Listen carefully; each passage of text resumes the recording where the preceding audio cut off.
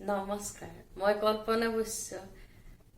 মই সকলোলৈ দেৱালীৰ শুভেচ্ছা জনালো আৰু দেৱালীৰ কাৰণে এটা পনীৰৰ ষ্টিম মিঠাইৰ ৰেচিপি বনাই দেখুৱাম।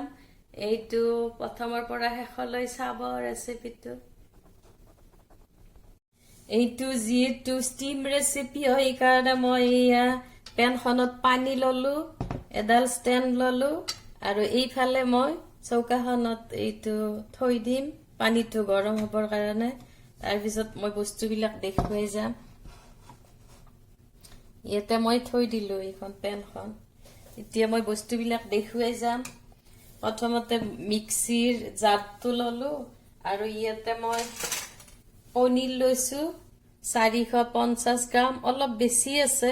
500 গ্ৰাম ললেও হ'ব, 450 গ্ৰাম ললেও হ'ব। এইখিনি ললো মই। এইটো পনীৰটো মই ৰেডিমেড পনীৰ বজাৰৰ পৰা আনা। এইটো হাতেৰে এনেকৈ চিঙি লৈছো, সৰু সৰুকৈ কাটিও ল'ব পাৰি। এইখিনি মই মিক্সি জাৰত দিম। এইটো 450 গ্ৰামৰ পৰা 500ৰ ভিতৰত কৰিব পাৰি আৰু জোখটো মই দি যাম বাকী বস্তুবিলাকৰ।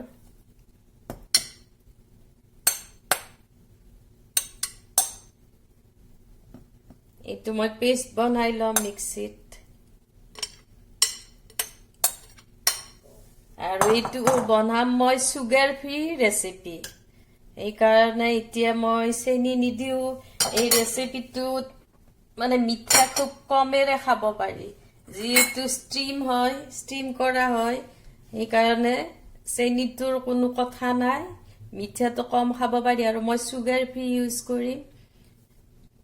আৰু অলপ অলপকৈ গাখীৰ দি যাম।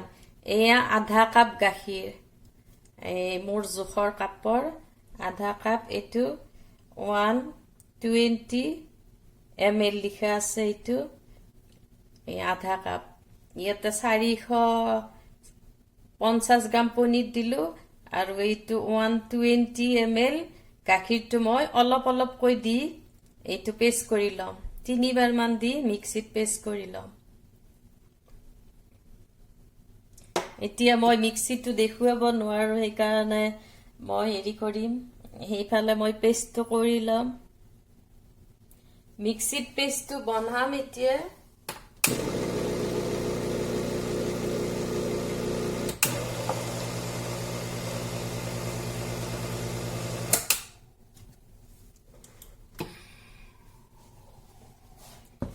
এতিয়া মোৰ পেষ্টটো হৈ গৈছে। আৰু এনেকৈ গাখীৰটো যদি লাগে, আধা কাপ বুলি নহয়, অলপ ঢালি থাকিব লাগিব। বেছি মানে ডাঠ হলে মিক্সিটো নচলিব ভালকৈ, সেইকাৰণে মই কথাটো কৈ দিছো।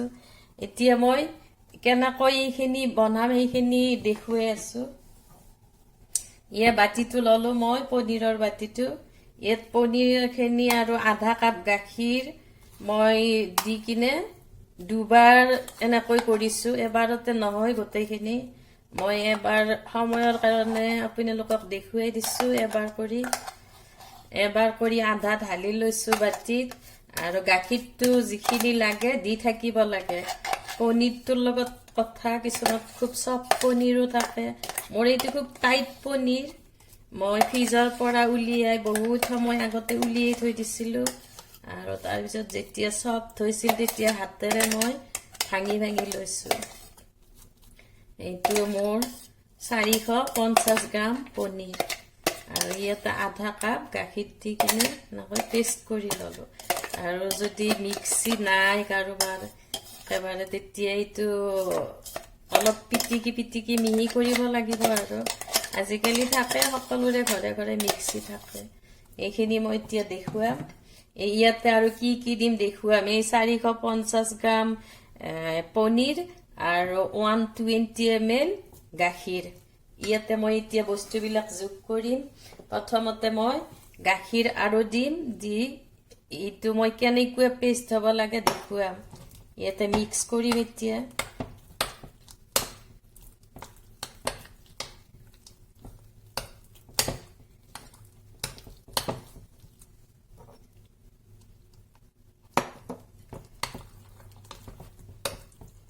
আৰু এইফালে মোৰ পানীটো গৰম হৈ আছে এই বস্তুটো মই মিক্স কৰি আছো এতিয়া মই 240 ml মিল্ক দিলো 450 গ্ৰাম পনীৰত 240 ml মিল্ক দিলো যদি মিক্সিত পেষ্ট কৰিবৰ কাৰণে দিগদাৰ হয় মিক্সিটো গাখীৰটো বেছি লাগে তেতিয়া এই গাখীৰখিনি মিক্সিতে এক কাপ গাখীৰটো ঢালি ঢালি ললে হ'ল আৰু যদি একো দিগদাৰ নহয় এনেকৈ পাছত আধা কাপ ঢালিব লাগিব এইখিনি মই মিক্স কৰি ইয়াতে দিম 1 টিস্পুন আমাৰ সৰু চামুচৰে এচামুচ ইলাচিৰ গুড়া আৰু মই যিটো এইটো সুগাৰ পি বনাম এইটো মই সুগাৰ পি গুড়া পাউডাৰটো লৈছো আপোনালোকে টেবলেট ললে টেবলেটটো গুড়া কৰিব লাগিব এইখিনিত 6-7টা লাগিব আৰু মিঠাটো নিজৰ কথা আৰু মিঠা ইয়াত কম দিলেও কোনো কথা নাই বা এইটো বান নাখাব এনেকৈ কালাকন বা বৰপিৰ নিচিনা কথা নহয় ইয়াতে মই 2 টিস্পুন এয়া সুগাৰ ফ্ৰী দিলো গুড়া সুগাৰ ফ্ৰী পাই নহয় দোকানত এইটো দিলো আৰু গাখীৰটো মানে পনীৰ হিচাপে বেছি লাগিব পাৰে ইমান গোটা হ'ব নালাগে তেতিয়া টাইট হ'ব বস্তুটো মই ইয়াতে আৰু অলপ গাখীৰ এড কৰিম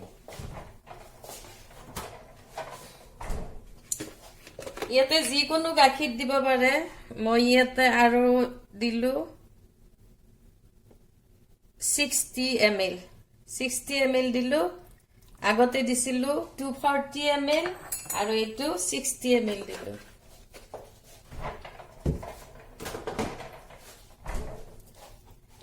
মুঠতে ইয়াতে লাগিল 1.5 কাপ গাখীৰ 1.5 কাপ মানে এই সৰু কাপটোৰে 1.5 কাপ ডাঙৰ কাপটো যিটো আমাৰ 240 ml আছে এইটোৰে 1 কাপ আৰু এইটোৰে 1 কাপ মুঠতে লাগিছে 240 ml আৰু এইফালে লাগিল 60 এইটো হল 280 ml হল 280 ml হল মই মোৰ এইখিনি পেষ্ট বনাওতে আৰু পনীৰ দিছিলো 450 গ্ৰাম আৰু গাখীৰ দিলো 280 ml আৰু 1 টিস্পুন এইটো মই ইলাচিৰ গুড়া দিলো আৰু 2 টিস্পুন মই সুগাৰ ফ্ৰী দিলো এতিয়া এইখিনি ঠিক হৈছে আৰু লিকুইডটো এইটো পেষ্টটো ঠিক জোখত হৈছে মই এতিয়া এইখন তাৱাখন এইফালে আনিম পেনখন আৰু পানীটো বেছি গৰম হলে যেতিয়া উতলিব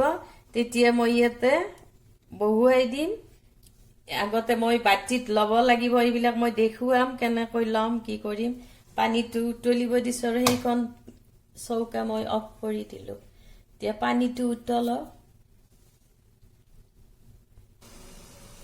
পানীটো মোৰ উতলিল আৰু এতিয়া মই কি কৰিম দেখুৱাই দিম এইটো মই মাইক্ৰৱেভ প্ৰুফ হয় এইটো বাটিত কৰিম যিকোনো লব পাৰি কিন্তু কিছুমান সিলভাৰ বা এলুমিনিয়ামৰ 4 কোণী আছে সেইটো লব পাৰি আৰু ইয়াতে মই ঘি ব্ৰাছ কৰিম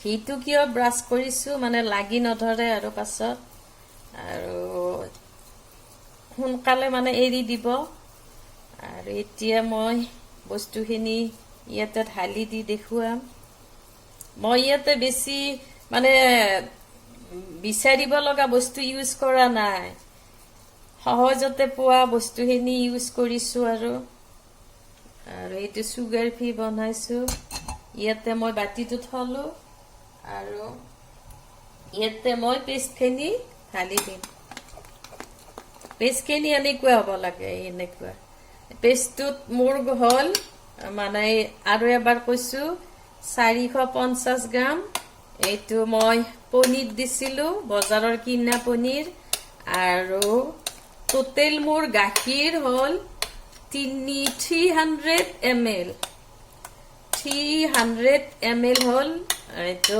গাখীৰ যিকোনো গাখীৰ দিব পাৰে ঘৰৰ আপোনালোকে যি ইউজ কৰে চাহ খাওঁতে এইটো পেকেটৰে হওক বা পাইকাৰীৰ হওক যিকোনো গাখীৰ দিব পাৰে আৰু এইটো যদি একেবাৰে গাখীৰ নাৰাখে মিল্ক পাউডাৰটো গুলি কিনে গাখীৰ বনাব পাৰে, একো কথা নাই।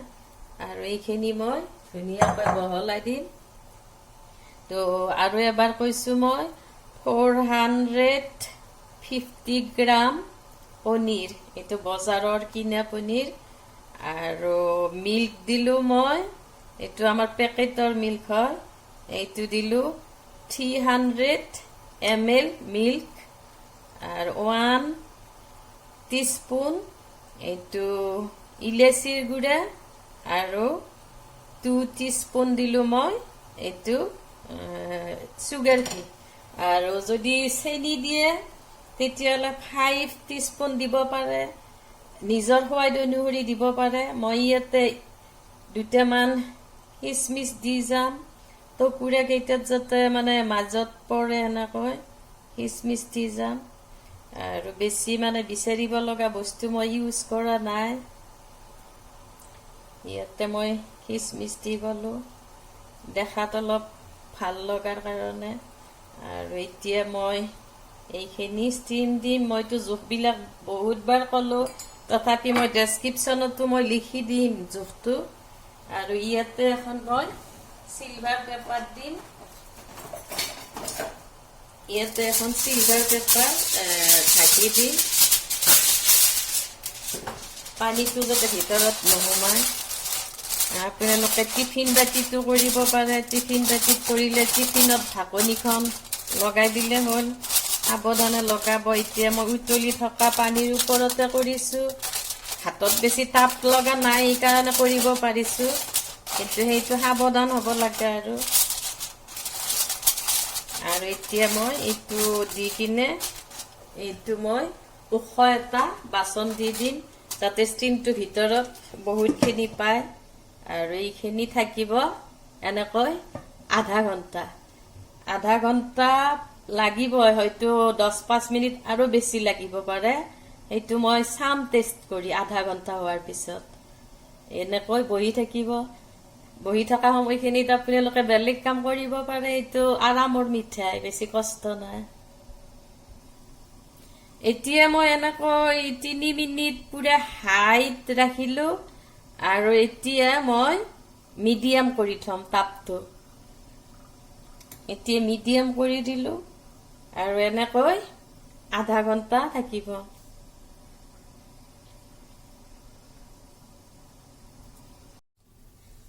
আধা ঘণ্টা সময় ৰাখি দিলোঁ ইয়াতে ষ্টিমত। এইটো যিটো পনীৰৰ মিঠাই ৰেচিপি বনাইছোঁ মই, এই আধা ঘণ্টা পিছত এতিয়া মই ঢাকনিখন খুলি সাৱধানে, ষ্টিম হৈ আছে নহয়, মই গ্ল'ভছ ইউজ কৰিছোঁ। আপোনালোকে যিকোনো কাপোৰ বা টাৱেল, গামোচাৰে যেনেকৈ ধৰে ধৰিব। আৰু মই ইয়াতে লাহেকৈ গুচাব লাগে, ষ্টিমটো যাতে মুখত নালাগে, এনেকৈ সেইফালে এনেকৈ দাঙি দিব লাগে, নহ'লে দেৱালীৰ মিঠাই বনাই হাত পুৰি মুখ পুৰি শেষত যে সমস্যাই হ'ব। এতিয়া মই চিলভাৰ পেপাৰখন গুচাই চাম। চিলভাৰ পেপাৰখন গুচালোঁ, এডাল শলা ল'লোঁ, লৈ ইয়াত যদি লাগি নধৰে এইটো হৈ গৈছে, আৰু লাগি ধৰা নাই এইটো মিঠাইটো হৈ গৈছে। আৰু যদি লাগি ধৰে তেতিয়া কোনো কথা নাই, এনেকৈ চিলভাৰ পেপাৰখন ঢাকি দি, বা আপোনালোকৰ যদি টিফিন বক্স হয় এনেকৈ দি কিনে আৰু অলপ হেৰি কৰিব পাৰে। মই এতিয়া গেছটো অফ কৰি দিছোঁ, যিহেতুকে মোৰ হৈ গৈছে। আৰু এই হেৰিটো মই ঠাণ্ডা কৰি ল'ম, ঠাণ্ডা হোৱাৰ পিছতহে কাটিব পাৰিম, এতিয়া নোৱাৰিম। সেইকাৰণে মই ঠাণ্ডা হোৱাৰ পিছত কাটি সেইটো দেখুৱাম। 10 মিনিটমান লাগিব ঠাণ্ডা হওঁতে।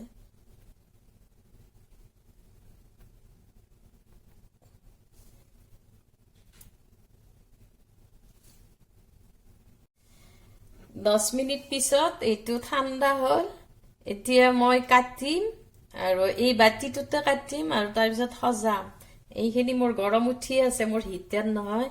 ইয়াতে বস্তু পাৰি লওঁ মই সদায়, এয়া নন ষ্টিক টাৱা, এই দুটা বস্তু ল'লোঁ, লৈ ইয়াতে মই কাটি দেখুৱাম। আৰু এনেকৈ চুৰিৰেও কাটিব পাৰে, এনেকুৱা পিজ্জা কাটাৰেও কাটিব পাৰে।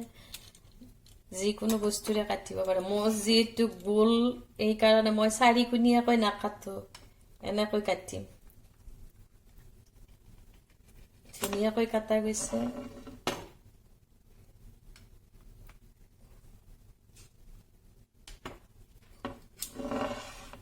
খুব ধুনীয়া গোন্ধ আহিছে এটা এইটো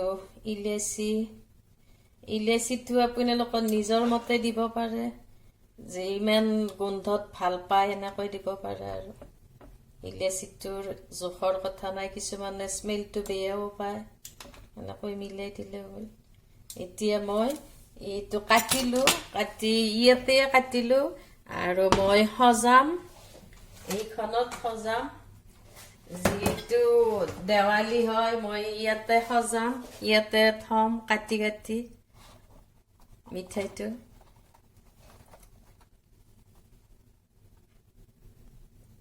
মই ইয়া কাটি এখন বেলেগ ডিছত আগতে এইটো এনেকৈ পিছলুৱাই মানে পেলাই লওঁ যিহেতু আমাৰ এইবিলাকৰে আনিলে অলপ ভাঙিব পাৰে মই খুব সাৱধানে এনেকৈ পেলাই লৈছো এইটো আমাৰ ঠিক আৰু হেৰিত নিচিনা হৈছে আৰু ৰসমলাই নিচিনা হৈছে বস্তুটো